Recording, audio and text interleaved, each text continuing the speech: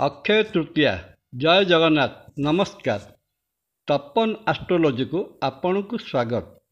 ଅକ୍ଷୟ, ଯାହାର ଆକ୍ଷରିକ ଅର୍ଥ ହେଲା ଯିଏ କ୍ଷୟ ହୁଏ ନାହିଁ କି ଯାହାର ବିଭାଜନ ହୁଏ ନାହିଁ, ଯେ ଅନନ୍ତ, ଯେ ଅବିନାଶୀ, ଯେ ଅପରିବର୍ତ୍ତନୀୟ, ଯେ ଶାଶ୍ୱତ ଏବଂ ଯେ ମା ଦେବୀ ପାର୍ବତୀ।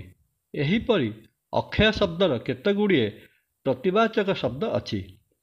ଏହି ଅକ୍ଷୟ ତୃତୀୟା ତିଥି ବା ଦିନରେ ଯେକୌଣସି କାର୍ଯ୍ୟ କରାଗଲେ ତାହା ବିଶେଷ ଫଳପ୍ରଦ ହେଉଥିବାରୁ ଏହି ଦିନଟିକୁ ବଡ଼ ଶୁଭ ଦିନ ଭାବରେ ଗଣାଯାଏ।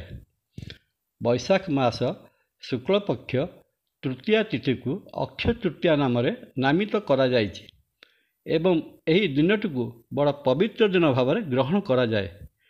ବିଷ୍ଣୁଙ୍କର ଷଷ୍ଠ ଅବତାର ଭଗବାନ ପରଶୁରାମ ଏହି ଦିନ ଜନ୍ମଗ୍ରହଣ କରିଥିଲେ। ହିନ୍ଦୁ ବା ସନାତନ ଧର୍ମରେ ଅକ୍ଷୟ ତୃତୀୟାର ବିଶେଷ ମହତ୍ତ୍ୱ ରହିଅଛି। ଏହି ଦିନ ମା ମହାଲକ୍ଷ୍ମୀଙ୍କର ପୂଜା ଆରାଧନା କଲେ ଘରେ ଧନ ଦୌଲତ ଭର୍ତ୍ତି ହୋଇଯିବା ସଙ୍ଗେ ସଙ୍ଗେ ଖୁସି ଓ ଆନନ୍ଦର ପରିବେଶ ସୃଷ୍ଟି ହୋଇଥାଏ। ଅକ୍ଷୟ ତୃତୀୟାକୁ ଅବୁଝା ମୁହୂର୍ତ୍ତ ରୂପେ ବିଚାର କରାଯାଏ, ଅର୍ଥାତ୍ ଏହି ତିଥିରେ ଯେକୌଣସି ମାଙ୍ଗଳିକ କରିବା ପାଇଁ ଶୁଭ ମୁହୂର୍ତ୍ତର ଦେଖିବା ଦରକାର ପଡ଼େ ନାହିଁ। ବିନା ବିଚାରରେ ଯେକୌଣସି ଶୁଭ ବା ମାଙ୍ଗଳିକ କାର୍ଯ୍ୟ କରାଯାଇପାରେ। ମାନ୍ୟତା ଅଛି, ଏହି ଦିନ ଭଗବାନ ଶ୍ରୀକୃଷ୍ଣ ଯୁଧିଷ୍ଠିରଙ୍କୁ ଏକ ଅକ୍ଷୟ ପାତ୍ର ଦାନ ଦେଇଥିଲେ। ଏହି ଅକ୍ଷୟ ପାତ୍ରର ବିଶେଷତ୍ୱ ଥିଲା, ଯେତେ ଲୋକ ଏହି ପାତ୍ରରୁ ଖାଦ୍ୟ ଗ୍ରହଣ କଲେ ମଧ୍ୟ ଏଥିରୁ ଖାଦ୍ୟଦ୍ରବ୍ୟ ଶେଷ ହେଉନଥିଲା। ତେଣୁ ଏହି ଅକ୍ଷୟ ତୃତୀୟା ଦିନ ଗରିବ ବା ନିର୍ଧନକୁ ଖାଦ୍ୟ ବା ଧନ ପ୍ରଦାନ କଲେ ବିଶେଷ ପୁଣ୍ୟ ଅର୍ଜନ ହୋଇଥାଏ। ଏଥିସହିତ ଗୋମାତାଙ୍କୁ ଘାସ, ପଶୁପକ୍ଷୀମାନଙ୍କୁ ଚାରା ବା ଖାଦ୍ୟ ପ୍ରଦାନ କରିଲେ ଭଗବାନ ବିଷ୍ଣୁ ଓ ମା ଲକ୍ଷ୍ମୀ ବରଦାୟୀ ହୋଇଥାନ୍ତି। ଆମ ଓଡ଼ିଆ ଚଳଣିରେ ମଧ୍ୟ ଏହି ଦିନଟିକୁ ପ୍ରାଧାନ୍ୟ ଦିଆଯାଇଥାଏ। ଆମ ରାଜ୍ୟ ଏକ କୃଷିଭିତ୍ତିକ ରାଜ୍ୟ ହୋଇଥିବାରୁ ଚାଷୀ ଭାଇ ଏହି ଦିନ ତା'ର କୃଷି କ୍ଷେତ୍ରରେ ଘରେ ପ୍ରସ୍ତୁତ କରିଥିବା ଜାଉ ନେଇ ବିଲରେ ଥିବା ଧାନକେଣ୍ଡା ପାଖରେ ଭୋଗ ଲଗାଇ ପୂଜାର୍ଚ୍ଚନା କରିଥାଏ। ତାପରେ ବିଲରେ ହଳ କରି ବିହନ ବିଞ୍ଚିଥାଏ, ଯାହାକୁ ଅକ୍ଷିମୁଠି ଅନୁକୂଳ କୁହାଯାଏ।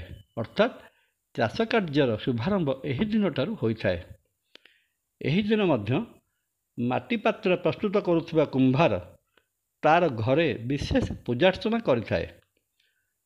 ପୁରୀ ଜିଲ୍ଲା ତଥା ଓଡ଼ିଶାର ବହୁତ ଜାଗାରେ ଘରେ ଘରେ ଗୃହିଣୀମାନେ ଅକ୍ଷୟ ପାତ୍ରର ପ୍ରତୀକ ସ୍ୱରୂପ ମାଟିରେ ତିଆରି ଘଡ଼ି ବା ପଥୁଲିରେ ବିଭିନ୍ନ ଦ୍ରବ୍ୟ ରଖି ପୂଜାର୍ଚ୍ଚନା କରିବା ପରେ ଛୋଟ ପିଲାମାନଙ୍କୁ ବଣ୍ଟନ କରିଥାନ୍ତି।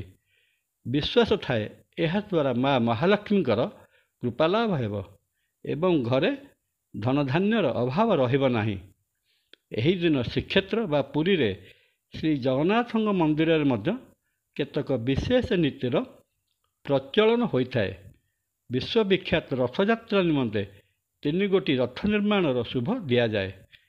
ଦୀର୍ଘ 21 ଦିନ ବ୍ୟାପୀ ପ୍ରସିଦ୍ଧ ଚନ୍ଦନ ଯାତ୍ରା ଏହି ଅକ୍ଷୟ ତୃତୀୟା ଠାରୁ ଆରମ୍ଭ ହୋଇଥାଏ।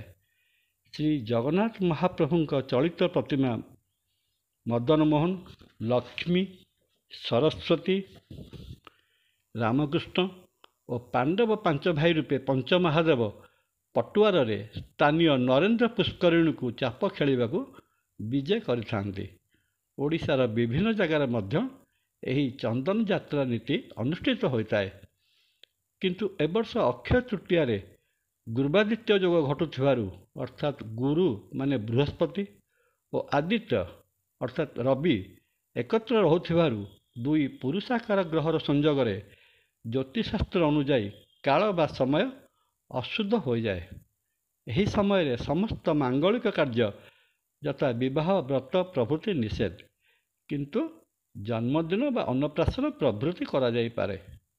ବୈଦିକ ଜ୍ୟୋତିଷ ନିୟମ ଅନୁଯାୟୀ ରବି ମହାଗ୍ରହଙ୍କର 12 ଡିଗ୍ରୀ କୌଣିକ ଦୂରତ୍ୱରେ ବୃହସ୍ପତି ମହାଗ୍ରହ ଅବସ୍ଥାନ କଲେ ଦେବଗୁରୁ ବୃହସ୍ପତି ପ୍ରଭାବ ଶୂନ୍ୟ ହୋଇଯାଆନ୍ତି। ଏହାକୁ ଜ୍ୟୋତିଷଶାସ୍ତ୍ରରେ ବୃହସ୍ପତି ଅସ୍ତ ହୋଇଛନ୍ତି ବୋଲି କୁହାଯାଏ। ତେଣୁ ଶୁଭଗ୍ରହ ବୃହସ୍ପତିଙ୍କର ପ୍ରଭାବଶୂନ୍ୟ କାଳ ଅର୍ଥାତ୍ ବୈଶାଖ ଓ ଜ୍ୟେଷ୍ଠ ମାସରେ ବିବାହ ବ୍ରତ ଆଦି ମଙ୍ଗଳ କାର୍ଯ୍ୟ କରିବା ଅନୁଚିତ। ଭିଡ଼ିଓଟି ଭଲ ଲାଗିଲେ ସବସ୍କ୍ରାଇବ୍ ଓ ସେୟାର କରିବା ପାଇଁ ଅନୁରୋଧ। ଜୟ ଜଗନ୍ନାଥ। ନମସ୍କାର।